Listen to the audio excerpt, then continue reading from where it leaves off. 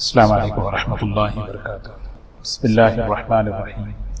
الحمد للہ نحمده ونستعینه ونستغفره ونؤمن به ونتوکل علیہ ونعوذ باللہ من شرور انفسنا ومن سیئات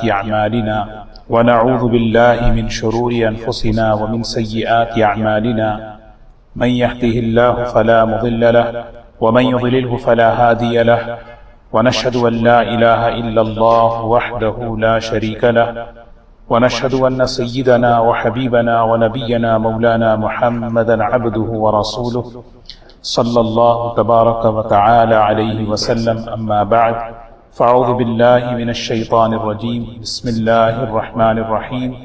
لقد كان لكم في رسول الله أسوة حسنة لمن كان يرجو الله واليوم الآخر وذكر الله كثيرا، وقال الله سبحانه وتعالى يا أيها الذين آمنوا ادخلوا في السلم كافة ولا تتبعوا خطوات الشيطان إنه لكم عدو مبين، صدق الله العظيم۔ قابل احترام بزرگ و دوستو، نبی پاک صلی اللہ علیہ وسلم کی مبارک سیرت اور مبارک زندگی سے ہم سب کے لیے بہت سی چیزیں ہیں جس کو ہم سیکھ کر اپنی زندگی میں لائیں، اور اپنی زندگی میں لا کر ہم اللہ کے بھی محبوب بنے، پیارے بنے، اور ایک معاشرے کا بہترین انسان بنے، اور اللہ تبارک و تعالی ہمیں ہدایت کا ذریعہ بنائے۔ حدیث کی کتابوں میں ایک مستقل عنوان ہے اللہ کے رسول صلی اللہ علیہ وسلم کی وہ اخلاق جو اخلاق لوگوں کی ہدایت کا ذریعہ بن گئے۔ ایک اخلاق وہ ہیں جس سے ہم لوگوں کو خوش کرتے ہیں کہ بھی ہمارے اندر ایسے اخلاق ہوں کہ جس سے لوگ خوش ہوں۔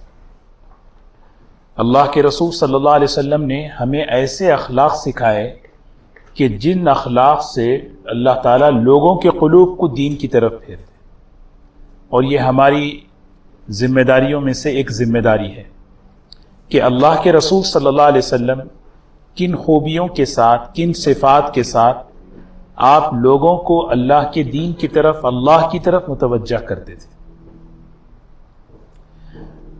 بخاری شریف کے اندر ایک واقعہ ہے کہ نبی پاک صلی اللہ علیہ وسلم مدینہ منورہ جب ہجرت فرمائے، مدینہ منورہ ایک ایسا شہر تھا جہاں پر یہود آباد تھے، اور یہودی وہاں پر پہلے سے بسے ہوئے نہیں تھے بلکہ وہ ملک شام سے آئے ہوئے تھے، اور وہاں پر آنے کا مقصد یہی تھا کہ انہوں نے اپنی آسمانی کتاب میں یہ پڑھا تھا کہ آخری نبی اس سرزمین پر آنے والے ہیں، اور ملک شام سے نکل کر وہ لوگ مدینہ منورہ اسی مقصد کے لیے آئے تھے کہ اگر وہ نبی آئیں ہماری موجودگی میں، ہم سب سے پہلے اسلام میں داخل ہوں، ہم آپ کو دیکھیں، آپ کی زیارت کریں۔ اس جذبے کے ساتھ وہ لوگ اپنے اپنے علاقوں سے نکل کر مدینہ منورہ آئے ہوئے تھے، اور اللہ کے رسول صلی اللہ علیہ وسلم جب مدینہ مکے سے ہجرت کر کے مدینہ منورہ تشریف لائے، ماشاءاللہ آپ کا استقبال ہوا، بچے، بوڑھے، مرد، عورتیں سب باہر نکل کر آپ کا استقبال کر رہے ہیں، اور بچیوں کی زبان سے ایک یعنی آپ کی شان میں ایک اشعار پڑھے جا رہے ہیں۔ طلع البدر علینا من ثنیات الوداع وجب الشکر علینا ما دعا للہ داعی ایہا المبعوث فینا جئت بالامر المطاع۔ کیسے خوبصورت اشعار مدینے کے بچے اور بچیاں پڑھ رہے تھے کہ طلع البدر علینا، 14ویں کا چاند ہم پر جو ہے طلوع ہو گیا۔ ثنیات الوداع، مدینہ منورہ کے یعنی ایک ایسا علاقہ جیسے چاند نکلتا ہے، اللہ کے رسول صلی اللہ علیہ وسلم ایسے آپ تشریف لائے، اور آپ ایسے ہیں کہ جئت بالامر المطاع، یعنی آپ کی بات ماننا ہماری ذمہ داری ہے، ایسے اشعار۔ تو ایک شخص تھے عبداللہ ابن سلام، جن کا پہلے نام تھا حسین ابن سلام، اور یہ یہودیوں کے بہت بڑے عالم تھے، بلکہ تمام یہودی علماء کی یہ سردار تھے۔ مدینہ منورہ میں جتنے یہودی علماء تھے اہل کتاب کے، ان کے سردار تھے۔ یہ اپنے باغ میں کام کر رہے تھے۔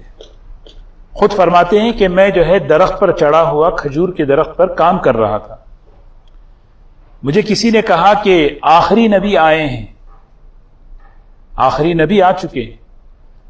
تو کہتے ہیں کہ مجھے کہ درخت سے نیچے اتروں، مجھے اتنا بھی جو ہے نا انتظار نہیں تھا، میں نے اس شوق میں درخت سے چھلانگ لگا دی۔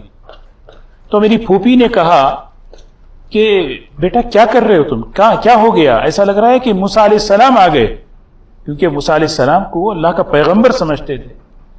تو اب حسین ابن سلام یعنی عبداللہ ابن سلام کہتے ہیں کہ پھوپھی جان، بات اصل میں یہ ہے کہ جیسے موسیٰ علیہ السلام اللہ کے نبی ہیں، پیغمبر ہیں، اسی طرح اسی سلسلے کے آخری نبی آئے ہیں۔ اور فرماتے ہیں کہ میں دوڑ کر وہاں پہنچا۔ حضور اکرم صلی اللہ علیہ وسلم قباء میں قیام فرمائے تھے تقریباً 14 دن۔ تو میں دیکھا کہ لوگوں کا ایک مجمع لگا ہوا ہے، ایک بھیڑ ہے۔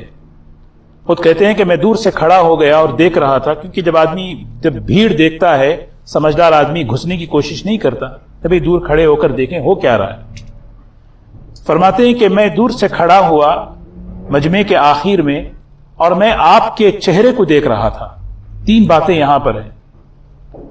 فرماتے ہیں جس وقت میں نے نبی پاک صلی اللہ علیہ وسلم کے نورانی چہرے کو دیکھا، خود کہتے ہیں میرے دل میں یہ بات آئی کہ ان وجہہ لیس بوجہ کذاب۔ جیسے ہی دیکھا کہ ایسا نورانی چہرہ کہ یہ جھوٹے کا چہرہ ہو نہیں سکتا، میرے دل میں فوراً یہ بات آ گئی۔ یہ چہرہ یعنی اللہ کے رسول صلی اللہ علیہ وسلم کا جو چہرہ انور ہے، وہ اللہ تعالیٰ کی صفات جمال کا آئینہ ہے، اللہ تعالیٰ کی صفات جمال کا ایک مظہر ہے۔ ظاہری باطنی خوبیوں سے وہ چہرہ منور ہے۔ ایسا نورانی چہرہ دیکھتے ہی کہنے لگے خدا کی قسم یہ چہرہ جھوٹے کا ہو نہیں سکتا۔ اور اس موقع پر حضور اکرم صلی اللہ علیہ وسلم جو مجمع تھا ان سے فرما رہے تھے، 4 باتیں آپ نے فرمائی۔ کیا نورانی کلام ہے، کیا پاکیزہ کلام ہے، ذرا غور کریں۔ مدینہ منورہ کی سرزمین پر پہلا جو کلام آپ کی زبان مبارک سے نکلا وہ کیا تھا؟ یا ایھا الناس افشوا السلام واطعموا الطعام وصلوا الارحام ولینوا بالکلام تدخلوا الجنۃ بسلام۔ 4 کام کر لو، 5واں اللہ کر لے گا۔ 4 کام کیا ہیں؟ اے لوگوں سلام کو پھیلاؤ، سلام کو پھیلاؤ، سلام کو عام کرو۔ ایک بات میں عرض کروں، سلام جب ہم اسلام کی بنیاد پر ایک دوسرے کو کریں گے، اللہ اس سلام کی برکتیں لائیں گے۔ جب بھی کسی سے ہم ملیں، سلام کرنے کی بہت سی وجوہات ہیں۔ بھائی یہ مجھے سلام کرتے ہیں اس لیے میں بھی سلام کروں، میں ان کو پہچانتا ہوں اس لیے سلام کروں، یہ بڑے آدمی ہیں اس لیے میں سلام کروں۔ اسلام کی بنیاد پر، مسلمان کی بنیاد پر جب آدمی کسی کو سلام کرتا ہے، وہ سلام کی برکتیں، سب سے بڑی برکت اللہ تعالیٰ دلوں میں نفرتوں کو ختم کر کے محبتوں کو لاتے ہیں۔ وَأَطْعِمُوا الطَّعَامَ، کھلاؤ، رشتوں کو جوڑو۔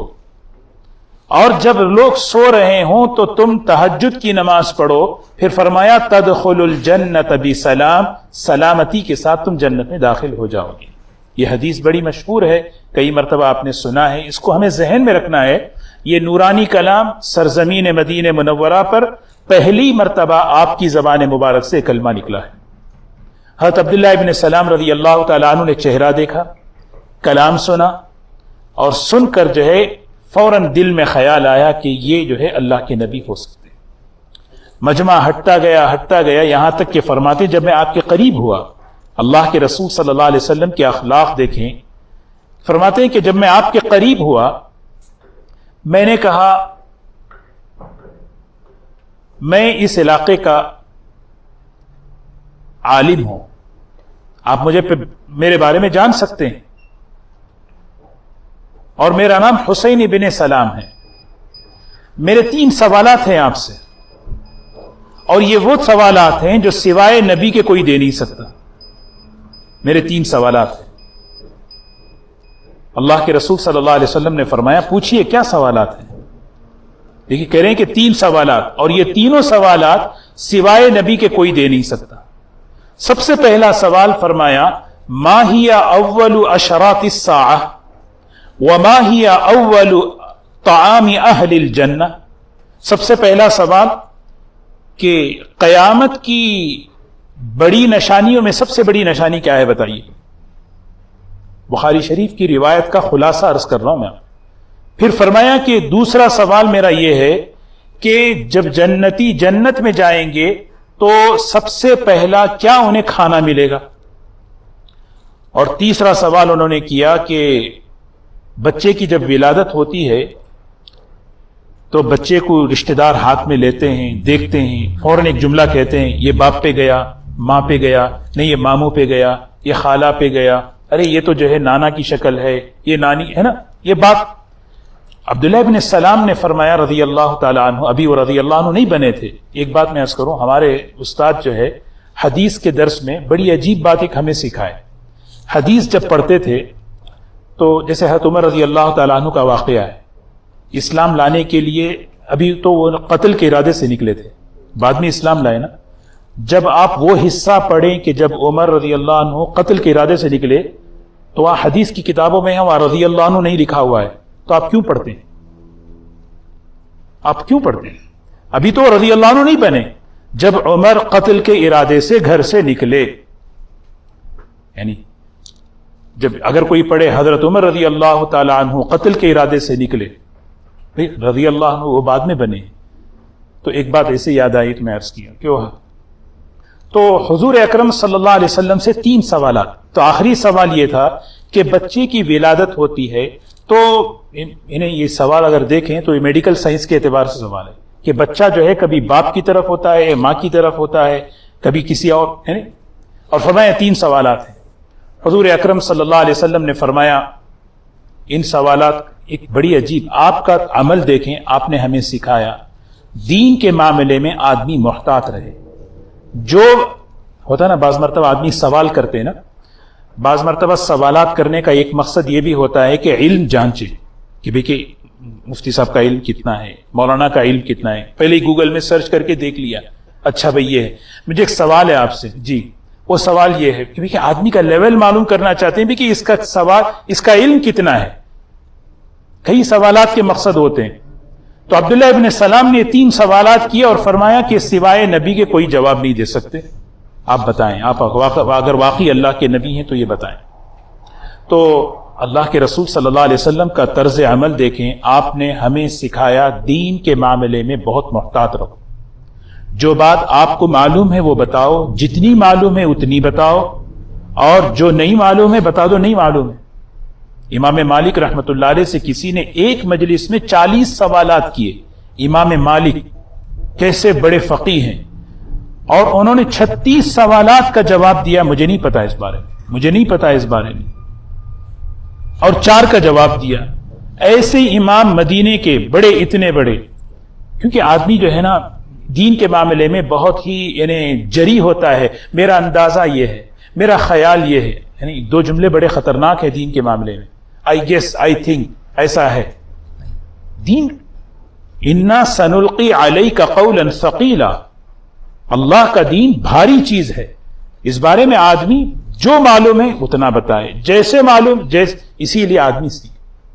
حضور اکرم صلی اللہ علیہ وسلم نے وہاں پر یہ نہیں فرمایا کہ مجھے معلوم ہے, آپ خاموش ہو گئے, فرمایا نہیں. اور پھر فوراً فرمایا جبرائیل علیہ السلام اللہ کی طرف سے ابھی آئے تھے اور انہوں نے اللہ کی طرف سے 3 سوالات کے جوابات مجھے بتائے. عبداللہ ابن سلام کا موڈ خراب ہو گیا جبرائیل کا نام سنتے ہی. بعض لوگ ہوتے ہیں نا کسی کا نام لو تو موڈ خراب ہو جاتا ہے. اللہ ہمیں ایسا نہ بنائے, ہے نا. بعض مرتبہ ہوتا ہے کسی کا نام لو, بھائی کیوں نام لے رہے ہیں, موڈ خراب ہو گیا. یہ وجہ یہ ہے کہ یہود جو ہے جبرائیل علیہ السلام سے تھوڑا دشمنی رکھتے تھے. وجہ اس کی یہ تھی کہ انہوں نے کہا بھئی یہ وحی جو ہے نا ان سے غلطی ہوئی، بنو اسحاق سے بنو اسماعیل کی طرف لے کے آ گئے، یہ عذابات لے کر آتا ہے یہ فرشتہ، اس لیے دشمنی کرو۔ اللہ نے فوراً آیت اتاری، قل من كان عدوا لجبريل فإنه نزله على قلبك بإذن الله مصدقا لما بين يديه وهدى وبشرى للمؤمنين۔ اللہ نے فوراً آیت اتاری، جبرائیل سے دشمنی کیوں کرتے ہو؟ وہ تو ہمارا حکم لے کر ہماری طرف سے قرآن لے کر اترتے ہیں، جس قرآن پاک کے اندر ہدایت اور بشارت ہے۔ من كان عدوا لله وملائكته ورسله وجبريل وميكال فإن الله عدو للكافرين۔ ان سے دشمنی اللہ سے دشمنی ہے۔ اور جبرائیل کون ہے؟ انه لقول رسول کریم ذی قوة عند ذی العرش مکین مطاع ثم امین وما صاحبکم بمجنون۔ یہ 5 صفات جبرائیل علیہ السلام کے قرآن میں اللہ نے فرمایا۔ تو حضرت جبرائیل علیہ السلام کا نام سنا تو عبداللہ بن سلام، جبرائیل؟ فرمایا ہاں جبرائیل۔ کیا جوابات ہیں؟ حضور اکرم صلی اللہ علیہ وسلم نے جوابات دینا شروع کیا۔ باپ کا جو ہے نا آپ کے اخلاق دیکھیں، بھئی سوال جواب ہو رہا ہے، برداشت ہے، آنے والے پوچھ رہے ہیں، اور حضور اکرم صلی اللہ علیہ وسلم نے فرمایا پہلا سوال جو تم نے کیا ہے کہ ما ہی اشراط الساعہ، ما ہی اول اشراط الساعہ، قیامت کی نشانیوں میں سب سے پہلی نشانی کیا ہے؟ قیامت کی 3 قسم کی نشانیاں ہیں، ایک وہ نشانیاں جو دور اول کی ہیں، ایک وہ ہیں جو درمیانی ہیں، ایک وہ ہیں جو قریب ہیں۔ پہلے ابتدائی دور کی، جیسے اقتربت الساعۃ وانشق القمر، جیسے حضور اکرم صلی اللہ علیہ وسلم کی انگلی مبارک سے جو ہے نا چاند کے 2 ٹکڑے ہو گئے، یہ بھی قیامت کی نشانی ہے۔ آپ نے حدیث میں فرمایا بعثت انا والساعہ، میں اور قیامت اس طرح بھیجے گئے ہیں، یعنی میرے بعد قیامت ہی آنے والی۔ یہ سب پرانے دور کی نشانی ہو گئی ہے۔ دوسری نشانیاں وہ ہیں جو درمیانی ہیں، بے حیائی کا عام ہونا، بد اخلاقی کا عام ہونا، یہ سب چیزیں نظر آ رہی۔ تیسری چیز وہ ہے جو قریب زمانے میں ہونے والی ہے، جیسے ظہور مہدی ہے، نزول عیسیٰ علیہ السلام ہے، خروج دجال ہے، خروج یاجوج ماجوج ہے، دابت الارض کا نکل، یہ سب آخری دور میں۔ حضور اکرم صلی اللہ علیہ وسلم نے فرمایا سب سے پہلی قیامت کی نشانیوں میں ایک نشانی یہ ہے کہ مشرق سے آگ نکلے گی اور لوگوں کو ہکالتے ہوئے لے کر جائے گی مغرب کی طرف، ایسی یہ پہلی نشانی ہے۔ عبداللہ ابن یہ روایت انشاءاللہ کبھی عرض کریں گے تفصیل سے، لیکن مختصر میں عرض کروں، آپ نے فرمایا جی آپ نے سچ کہا، کیونکہ وہ آسمانی کتاب کے پڑھے ہوئے تھے۔ پھر اس کے بعد فرمایا ما ہی اول طعام اہل الجنہ، جب جنتی جنت میں داخل ہوں گے تو ان کا سب سے پہلا کھانا اللہ تعالیٰ نزلم، اللہ تعالیٰ ان کی مہمان نوازی کس کھانے سے فرمائیں گے؟ حضور اکرم صلی اللہ علیہ وسلم نے فرمایا، سبحان اللہ، سوچیں اللہ کی شان دیکھو، اللہ کی قدرت دیکھو، اللہ کتنے بڑے ہیں۔ حضرت آدم علیہ السلام سے لے کر حضور اکرم صلی اللہ علیہ وسلم کے آخری امتی تک جتنے جنتی جنت میں جائیں گے، ان سب کو پہلا جو کھانا اللہ تعالیٰ کی طرف سے جنت میں جو ملے گا وہ ایک مچھلی کے جگر کے کباب کا ٹکڑا ہے۔ ایک مچھلی، اس کا کباب، جگر، یعنی اس کا جو جگر ہوتا ہے، اس کے پاس جو جگر کا گوشہ ہوتا ہے، اس کا کباب، کیسی مچھلی ہوگی، کیسا۔ اور پھر تیسری بات انہوں نے فرمائی کہ تیسرا سوال کیا ہے؟ فرمایا کہ دیکھو اللہ تعالیٰ کا نظام ہے، جب اللہ تبارک و تعالیٰ کسی کو اولاد دیتے ہیں، کیونکہ اللہ کا نظام ہے کہ ماں کے رحم میں مرد اور عورت کا جو ہے نطفہ قرار پکڑتا ہے، جس کا نطفہ پہل کرتا ہے اللہ تبارک و تعالیٰ اس کی شکل اللہ تعالیٰ اس بچے پر ڈالتے ہیں۔ یہ 3 جوابات جیسے ہی ہوئے انہوں نے کہا اشہد ان لا الہ الا اللہ وانک محمد الرسول اللہ، میں گواہی دیتا ہوں اللہ ایک ہے اور آپ ہی آخری اللہ کے نبی ہیں صلی اللہ علیہ وسلم۔ پھر فرمایا یا رسول اللہ صلی اللہ علیہ وسلم، میں اس علاقے میں بہت ہی مشہور ہوں، یہودیوں کی ایک جماعت آ رہی ہے، آپ مجھے ایک کمرے میں بٹھا دیں، پردے میں، رحمت برس رہی ہے، مجھے پردے میں بٹھا دیں، یہ جو آنے والے ہیں ان سے پوچھیں میرے بارے میں، میں کیسا آدمی ہوں. سبحان اللہ. حضرت عبداللہ ابن سلام جو ہے الگ کمرے میں بیٹھ گئے. یہودیوں کی ایک جماعت آئی اور حضور اکرم صلی اللہ علیہ وسلم نے پوچھا کہ حسین ابن سلام، اچھا ان کا یہیں پر نام بدل دیا. فرمایا حسین ابن سلام. فرمایا حسین آج سے تمہارا نام عبداللہ ہے. بڑے خوش ہوئے، کہنے لگے یا رسول اللہ صلی اللہ علیہ وسلم یہ نام بہت مجھے پسند ہے. اس کے بعد ان کا نام عبداللہ ابن سلام، نام بدلا. تو جیسی وہ جماعت آئی ان سے پوچھا عبداللہ ابن سلام کے بارے میں تمہارا کیا خیال ہے، تمہاری کیا رائے ہے؟ وہ جماعت سے پوچھ رہے ہیں. انہوں نے سب کے سب ایک آواز میں کہا ہوا سیدنا وابن سیدنا وخیرنا وابن خیرنا وحبرنا. عبداللہ ابن سلام تو ہمارے سردار ہیں اور ہمارے سردار کے بیٹے ہیں اور ہمارے بڑے علماء میں سے ہیں اور بہت ہی بہترین آدمی ہیں. اچھا، بہت تعریف کرنے لگے. عبداللہ ابن سلام ہمارے آدمی ہیں کیونکہ تھے تورات کے حافظ تھے، تورات انہیں یاد تھی. پھر فرمایا کہ اللہ کے رسول صلی اللہ علیہ وسلم نے فرمایا اگر وہ اسلام لے کر آ جائیں کیا تم اسلام لے کے آؤ گے؟ کہا ہو ہی نہیں سکتا. انہوں نے یہ نہیں کہا کہ ہم لائیں گے کیونکہ پھنس جاتے. انہوں نے کہا نہیں، یہ ہو ہی نہیں سکتا. فرمایا دیکھو اگر وہ اسلام لائیں گے کیا تم اسلام لاؤ گے؟ کہا یہ ہو ہی نہیں سکتا. پھر تیسری مرتبہ فرمایا اگر وہ مسلمان ہو جائیں گے تو کیا تم سب مسلمان ہو جاؤ گے؟ فرمایا یہ ہو ہی نہیں سکتا. اچھا. فرمایا عبداللہ باہر نکلو. حضرت عبداللہ ابن السلام باہر نکلے اور نکل کر سب کے سامنے کلمہ پڑھا اشہد ان لا الہ الا اللہ وانک محمد رسول اللہ صلی اللہ علیہ وسلم. اس وقت ان کی زبان سے ایک جملہ نکلا شرنا وابن شرنا، شرنا وابن شرنا. یہ ہمارا بدترین آدمی ہے اور اس کا باپ بھی بدترین ہے، بہت خراب آدمی ہے. بڑی عجیب بات یہاں اس حدیث کی روشنی میں، اس جملے کی روشنی میں محدثین نے ہمیں ایک سبق دکھایا، سبق سکھایا. یہ مزاج ہمارے اندر پیدا نہ ہو. سمجھ رہے کون سا مزاج؟ کیونکہ جب ہمارا کسی سے تعلق ہوتا ہے، ہماری کسی سے دوستی ہوتی ہے تو ساری خوبیاں اس کی ہمارے سر آنکھوں پر. جب کسی سے ہماری نہیں بنتی، ہماری پارٹی کا نہیں ہوتا، ہمارا گرو نہیں ہوتا، تو پھر کیا ہوتا ہے؟ آدمی ساری خوبیوں کو نظر انداز کر دیتا ہے. کتنا ہی اختلاف کیوں نہ ہو کسی سے، ان کی خوبیوں کا اعتراف آدمی کرے. اگر کسی کو کسی سے اختلاف ہے کسی بات پر، بہت ٹھیک ہے وہ اختلاف ہے، لیکن اس کا مطلب یہ نہیں کہ اس کی ساری خوبیوں کو نظر انداز کر دے. یہ یہودی مزاج اگر آدمی جائزہ لے، اس فطرت میں کیا یہ فطرت کیا ہمارے اندر ہے؟ یہ چیز نہیں ہونی چاہیے. اگر کسی سے اختلاف ہے، کسی سے نہیں بن پڑ رہی ہے، آدمی بقیہ دوسری چیزوں کا اعتراف کرے. تو بہرکیف وہ وہاں سے نکل گئے. ایک آخری بات عرض کر کے اپنی بات ختم کروں. اس موقع پر عبداللہ ابن سلام نے فرمایا میں مسلمان ہو چکا ہوں، میری دو شرط ہے، میری دو باتیں ہیں. حضور اکرم صلی اللہ علیہ وسلم نے فرمایا کیا بات ہے؟ فرمایا کہ دیکھیے میں یہودی عالم ہوں اور تورات سے مجھے محبت ہے، اللہ کی کتاب ہے، اور اس آسمانی کتاب کے دو احکامات ہیں. ایک حکم کیا ہے کہ ہفتے کے دن عبادت اہتمام سے کرو.